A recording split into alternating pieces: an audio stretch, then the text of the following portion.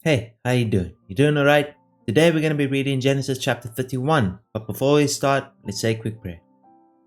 Dear Lord, as we embark on the journey today to read Genesis chapter 31, I pray that you allow me to speak with clarity and accuracy, that the person on the other side of the screen may get a full comprehension of your word, because your word deserves all the light and all understanding, Lord.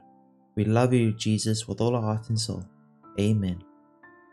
With that being said, let's read Genesis chapter 31. Jacob flees from Laban. But Jacob soon learned that Laban's sons were grumbling about him. Jacob has robbed our father of everything, they said. He has gained all his wealth at our father's expense.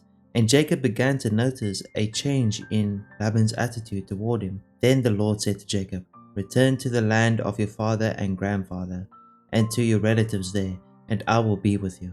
So Jacob called Rachel and Leah out to the field where he was watching his flock. He said to them, "I've noticed that your father's attitude toward me has changed, but the God of my father has been with me.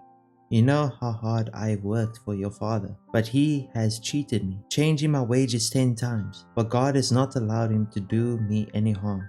For if he said, 'The speckled animals will be your wages,' the whole flock began to produce speckled young. And when he changed his mind and said, 'The striped animals will be your wages,' then the whole flock produced stripped young. In this way, God has taken your father's animals and given them to me. One time during the mating season, I had a dream and saw that the male goats mating with the females were streaked, speckled, and spotted. Then in my dream, the angel of God said to me, 'Jacob.' And I replied, 'Yes, yeah, I am.' The angel said, 'Look up, and you will see that only the streaked, speckled, and spotted males are mating with females of your flock. For I have seen how Laban has treated you. I am the God who appeared to you at Bethel, the place where you anointed the pillar of stone and made your vow to me. Now get ready and leave this country and return to the land of your birth.' Rachel and Leah responded, 'That's fine with us. We won't inherit any of our father's wealth anymore. He has reduced our rights to those of foreign women, and after he sold us, he wasted the money you paid him for us.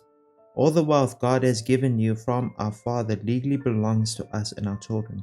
So go ahead and do whatever God has told you.' So Jacob put his wives and children on camels, and he drove all his livestock in front of him. He packed all the belongings he had acquired in Paddan Aram, and set out for the land of Canaan, where his father Isaac lived. At the time they left, Laban was some distance away, shearing his sheep. Rachel stole her father's household idols and took them with her. Jacob outwitted Laban the Aramean, for they set out secretly and never told Laban they were leaving.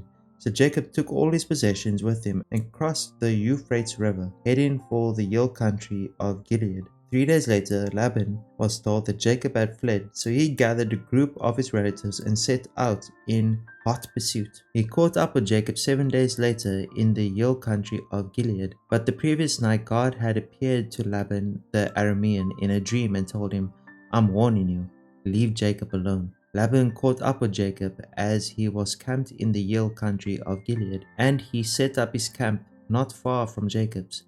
"What do you mean by deceiving me like this?" Laban demanded. "How dare you drag my daughters away like prisoners of war? Why did you slip away secretly? Why did you deceive me? And why didn't you say you wanted to leave? I would have given you a farewell feast with singing and music, accompanied by tambourines and harps. Why didn't you let me kiss my daughters and grandchildren and tell them goodbye? You have acted very foolishly. I could destroy you, but the God of your father appeared to me last night and warned me, 'Leave Jacob alone.' I can understand your feeling that you must go, and your intense longing for your father's home. But why have you stolen my gods?"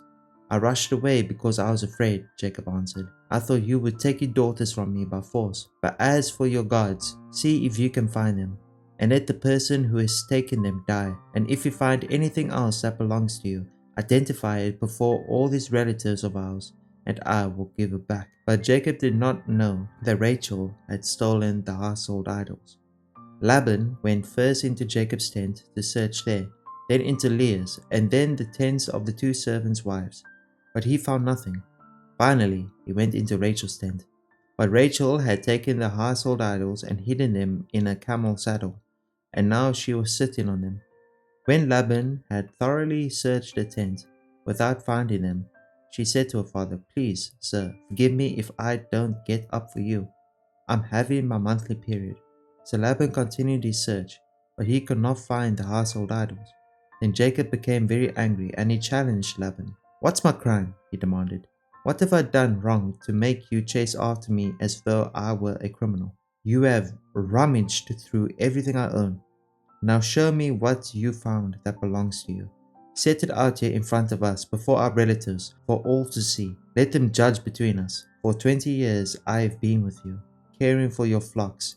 In all that time your sheep and goats never miscarried. In all those years I never used a single ram of yours for food.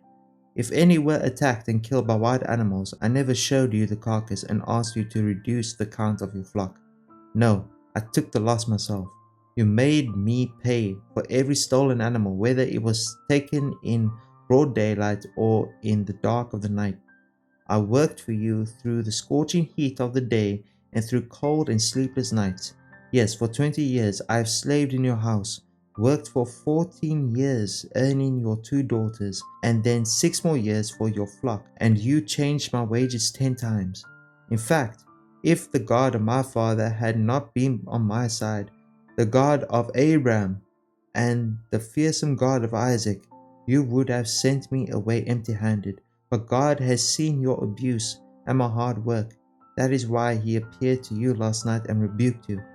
Then Laban replied to Jacob, "These women are my daughters, these children are my grandchildren, and these flocks are my flocks. In fact, everything you see is mine. But what can I do now about my daughters and their children?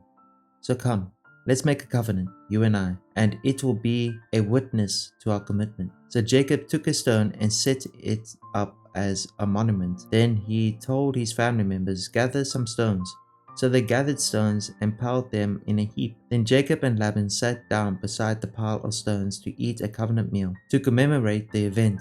Laban called the place Yega Zahadutha, which means witness pile in Aramaic, and Jacob called it Galid, which means witness pile in Hebrew. Then Laban declared, "This pile of stones will stand as a witness to remind us of the covenant we have made today." This explains why it was called Galid, witness pile, but it was also called Mizpah, which means watchtower. For Laban said, "May the Lord keep watch between us to make sure that we keep this covenant when we are out of each other's sight. If you mistreat my daughters or if you marry other wives, God will see it even if no one else does.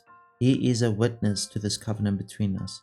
See this pile of stones," Laban continued, "and see this monument I have set between us. They stand between us as witnesses of our vows. I will never pass this pile of stones to harm you, and you will never pass these stones or this monument to harm me. I call on the God of our ancestors, the God of your grandfather Abraham, and the God of my grandfather Nahor, to serve as a judge between us." So Jacob took an oath before the fearsome God of his father Isaac to respect the boundary line. Then Jacob offered a sacrifice to God there on the mountain and invited everyone to a covenant feast. After they had eaten, they spent the night on the mountain. Laban got up early the next morning and he kissed his grandchildren and his daughters and blessed them. Then he left and returned home. That's Genesis chapter 31. Hopefully you learned something today. Remember, I love you, God loves you more. If you have any prayer requests, leave them in the comments and verse of the day is in the description down below. Hope you have a wonderful rest of your day. Bye bye.